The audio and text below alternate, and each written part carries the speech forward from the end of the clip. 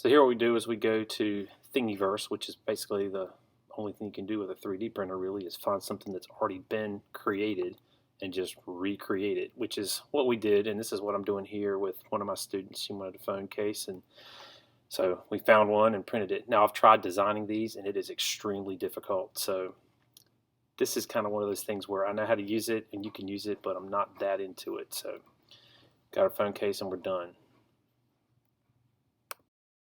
Now here we're going to make some laser cut glasses. I love this project. It's one of my favorite ones. First they design it, draw that stuff out, come up with something cool. Then we get to build it. So I have them make a prototype first out of cardboard just by hand, just so it fits their face. That's to get dimensions, to make sure it fits right and everything else. And then we put it in the computer and measure off the prototype to get our vectors. Then we put it in the laser and cut that out. Actually have them do a cardboard version so I don't waste the wood. So if there's any mistakes, which we found one, actually had a little fire in here. Like there it goes right there. You find out that kind of stuff in cardboard instead of the wood. And there's a tried on version right there out of laser cut. And so then we go switch to wood, and I just use 1/4-inch maple panels, the kind you get at Lowe's. Like just that little burn mark on there, but it's okay because you can paint over that or sand over that, and there are ways to get rid of it. Here's a couple different kinds. Hers was a clock. Hers ended up moving. Hers was very cool. We do a little bit of sanding on the edges, any kind of cleanup. Usually it's pretty clean, but if you want the black gone, add paint. Those are cool.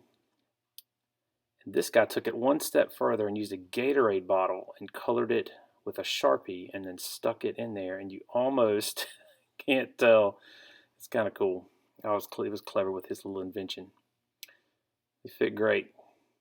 And these are all wearable. You turn it in by taking a selfie with it. There's the time one right there. Perfect. Came out great. Alright, so now we're going to talk about vinyl cutting. Now, this is probably the cheapest and simplest one to use. I use the Silhouette Cameo. In this, I'm going to show you guys that I made a t-shirt transfer. I had to do a silk screen. Just cut the vinyl. There's the vinyl cutter right there if you've never seen one. I'm sure most of you have seen one of these before. That one right there is about $300. It cuts really fast. Vinyl's not that expensive. I just get it all on Amazon.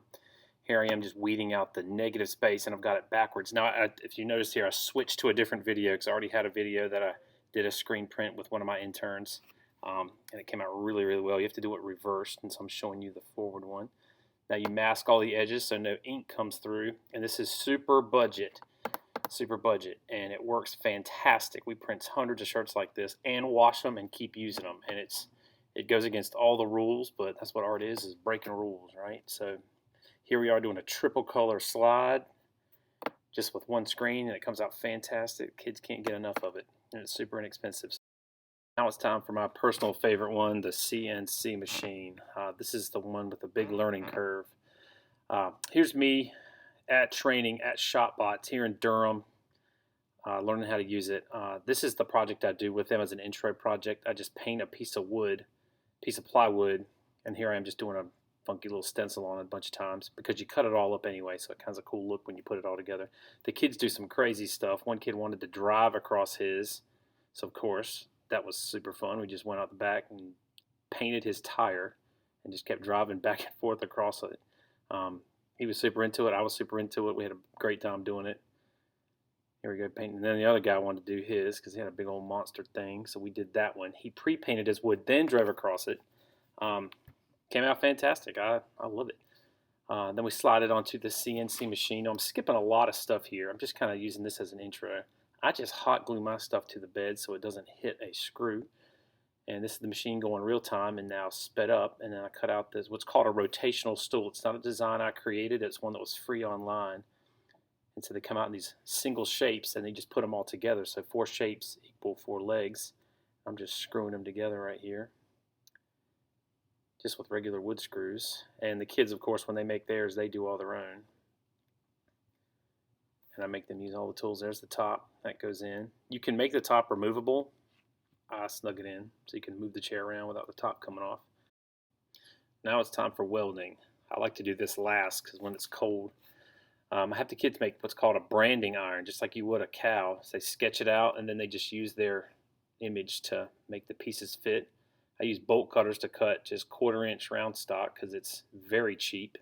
Then they pound it and manipulate it to whatever shape they want. They bend it. It bends by hand like that if it's long enough, so it's perfect. And then she's just fitting it to her drawing. And then I use tape and tape it all together and then just weld it with them. So I'm just sitting there holding it and welding it. It's a perfect first time project because it's real easy and it has a cool look when you're done. I make sure everybody does their own welding. We're super safe. If you look at our arms, those are cut off pant legs that I use as arm guards. Because a lot of times it's short sleeve, it gets hot after a while, or you just don't want your shirt messed up. And we just tack it all together. It is very ugly, but it does the job. It's a perfect intro project. And so there's her branding iron. It says eat and repeat. Now notice it's backwards because it's a brand, so it's got to come out the other way. She did a chicken. I forgot what the word is in there. Then what do you put that on? So I had them cut their own pizza peels, like those things you get the pizza out of the oven at Michelangelo's Pizza. And then make the edges sharp, using just a belt sander there. You could use anything. She wanted to route hers to make it nice and neat, so I brought the router in. And then that's kind of essentially what you do there is that's it, what it's going to look like when we do it. And there's his pizza peel, did an offset handle, and I totally did this. I don't know how many rules I broke, but we had a fire behind the school, and we did it cowboy style, and just heated them up with a bunch of scrap wood and burnt the pizza peels. We had so much fun doing this. It was great. She did 3 individual ones, so she did 3 letters. That was actually one of the better looking ones because it was so simple. The small ones were better. Some of the bigger ones came out a little clunky. And then you quench it to make sure it cools off quickly. And then we eat off of them. This was our exam when you could eat in school back in the old days. Brought in all the pizza supplies. One girl brought in all this dough. So we made all these little pizzas and ate them on our own pizza peels. It was the best day ever, best exam ever. I brought my grill and some pizza stones that I totally ruined doing this and slide them right on there. You use cornmeal to slide them off, pro tip. And then you pop them right off. Look how good this comes up. Blam. It's like we made it for this. I love it. I was so happy with that shot.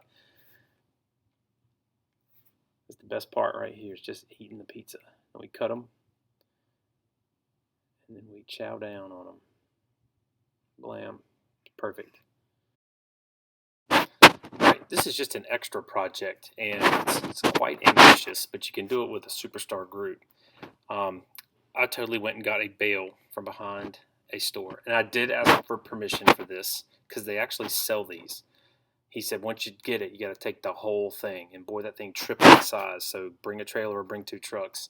Then we did brainstorming. The whole class did this as one giant group project, which was really good because we needed everybody on it, and it took longer than I thought, so I'm glad we did it. Everybody does them. We did a model after they picked the best one. Then we put it in the computer, made it a vector, and then we made giant stencils that we could trace a gazillion times. And this was the hardest part, just paper cut all the pieces so that they could fit together and basically make homemade plywood out of cardboard using Elmer's glue, straight up Elmer's glue and paint rollers, and just keep putting pieces on. So we do a lot of little pieces and a couple big ones. A lot of little pieces, couple big ones. So all the ugly little ones, just like real plywood, are inside. We got the human clamp action right here.